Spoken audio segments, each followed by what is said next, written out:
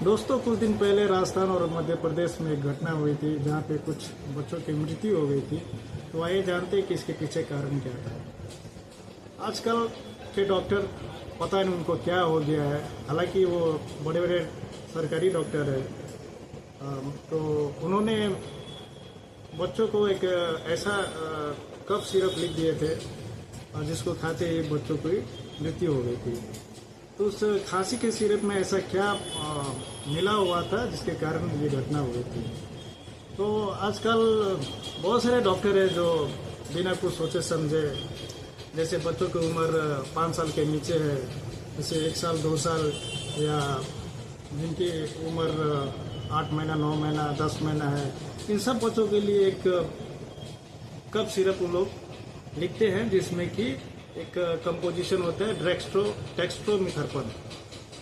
तो ये जो डेक्स्ट्रोमिथर्पन है ये तो छोटे बच्चों को देना ही नहीं चाहिए।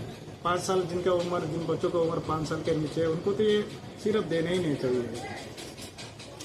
तो ये कंपोजिशन जो डेक्स्ट्रोमिथर्पन जो खांसी के सिरप में लिखा रहता है, ये जब छोटे बच्चों को हम लोग देते हैं तो कुछ किडनी पे इनका प्रभाव होता है। तो शायद यही कारण रहा होगा कि सिरप पीने के बाद उन बच्चों का किडनी पर असर हुआ होगा और उनका किडनी फेल हो गया, जिनके कारण उन बच्चों का मृत्यु हो गया। तो देखिए, राजस्थान और मध्य प्रदेश में ये घटना हुई, वहाँ के सरकारी डॉक्टर ने ये सब दवा लिखा हुआ था। तो जो कफ सिरप वहाँ पे दिया गया था, वो कफ सिरप का नाम है कोल्ड्रिप सिरप, जो सर्दी जुकाम में दिया जाता है, और एक है कफ सिरप जिसका नाम है नेक्स्ट्रो डीएक्स। तो नेक्स्ट्रो डीएक्स में ही वो कंपोजिशन जो डेक्स्ट्रोमिथर्पन है वो मिला हुआ था।